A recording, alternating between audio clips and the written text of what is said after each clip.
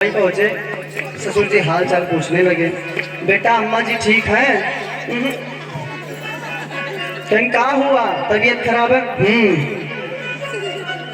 ज्यादा बीमार है? हॉस्पिटल ले चलना पड़ेगा। अब हूँ हाँ में खूब जवाब दिए। ससुर जी कह रहे हैं हमारा दामाद कैसा है, ये सिर्फ हुआ हाँ कर रहा है, कुछ बोल काहे नहीं रहा है। चलो कहीं कोई बात नहीं, हो सकता है गांव में रहने वाला हो, शर्माता हो, शहर में नहीं रहा है।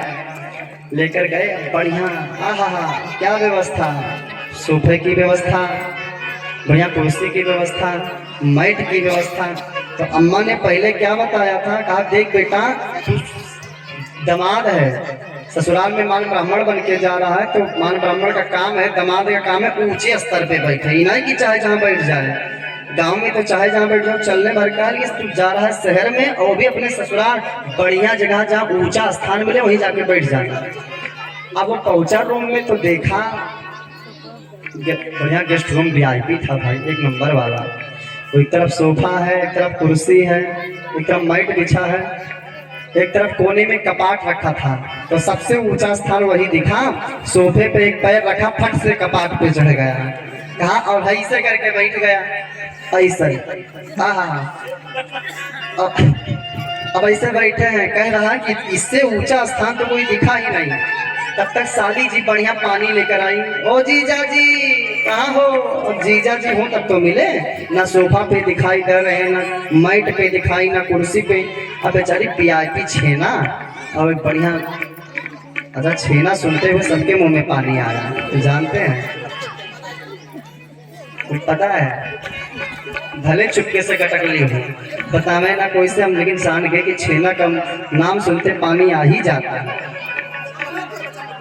तो बढ़िया छेना, अब गिलास में पानी। ओ जीजा जी, और जीजा जी बैठे वहां, देखी कोने में कपाट पे जीजा बैठे, करे जीजा जी उतर के आइए, पहुंचते मजाक करना शुरू कर दिए, आइए उतरिए।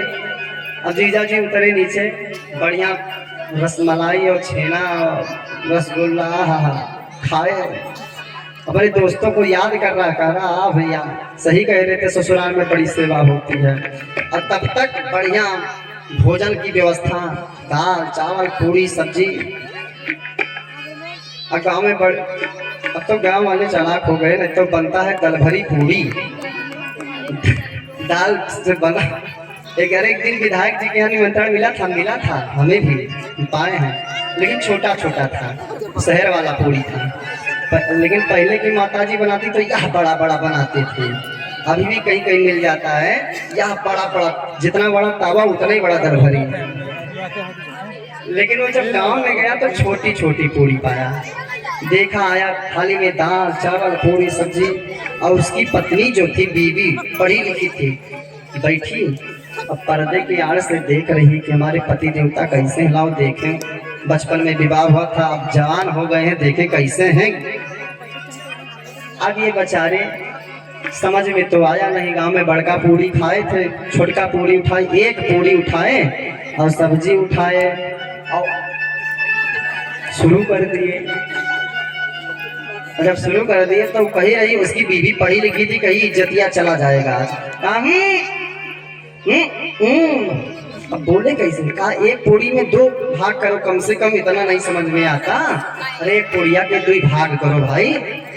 तो कहा लगता है गड़बड़ हो गया, हम समझ नहीं पाए ससुराल में, लगता है ससुराल में पहुंचा जाता है, एक नहीं 2 पूरी खाया जाता है। अब 2 पूरी उठाया, इतना सब्जी उठाया, आप मुंह में भराओ, शुरू हो गया। हे भगवान, अरे कम से कम 2 पुड़िया को 4 भाग करिए। फिर कहा लगता है गड़बड़ हो गया, 4 पूरी खाना चाहिए, 2 पूरी नहीं 4 पूरी खानी चाहिए, हमारी बीवी बड़ी चालाक है। 4 पूरी उठाया, छोटा छोटा बढ़िया पूरी, और इतना पूरा कटोरा भर का सब्जी दे के सीताराम, अब बोली नहीं पावे। उसकी बीवी कह रही है भगवान कैसे अनपढ़ के साथ हमारा विवाह हो गया है। हे भगवान किसके साथ हमारा विवाह हो गया। तब तक उसका नजर बीवी पड़ा, कह तो ऐसे माथे पे हाथ की थी, कहा लगता है गड़बड़ हो गया। पहले लगता है ससुराल में पहुंचा जाता है तो पूरी को माथे लगाया जाता है, तो अब की बार पूरी लिया और माथे लगाया, कहा जय श्री राम, माथे लगा लिया।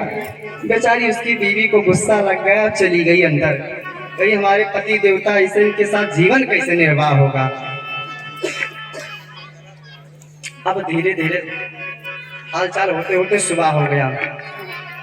अब विदाई वाला दिन आई, ये दामाद जी चलने वाले हैं।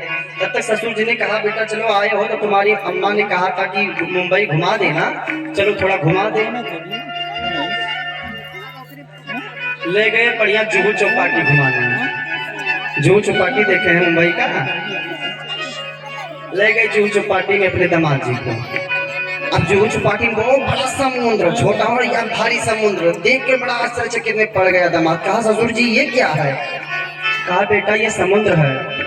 कहा इसको कौन बनवाया है? तो भला इसे बताओ समुद्र कोई बनवाता है?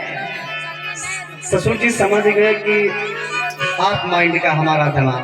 कहा बेटा आधा हमने बनवाया था और आधा तेरे बाप ने बनवाया था। जैसे हमारे जैसे मूर्ख व्यक्ति अपने बेटी का विवाह तुम्हारे साथ कर दिया, और तुम्हारे न जाने कितने मूर्ख जैसे तुम्हारे जैसे मूर्ख बेटे को तुम्हारे बाप ने तुमको जन्म दिया। अब कहकर बेचारा घुमा फिरा के लाया और दामाद की विदाई हुई। तो अब कहने का अर्थ ये है कि समुद्र कोई खुदवाने वाली चीज तो है नहीं, नदी और समुद्र ये तो अपने आप उत्पन्न हो जाता है, ये तो प्राकृतिक की देन है। तो विवेक है, बुद्धि है, तो आप अपने स्वयं बुद्धि और विवेक लगा लेंगे। अब बुद्धि और विवेक में भी फर्क होता है। बुद्धि परमात्मा सबको देकर भेजता है, लेकिन विवेक किसी को नहीं देता।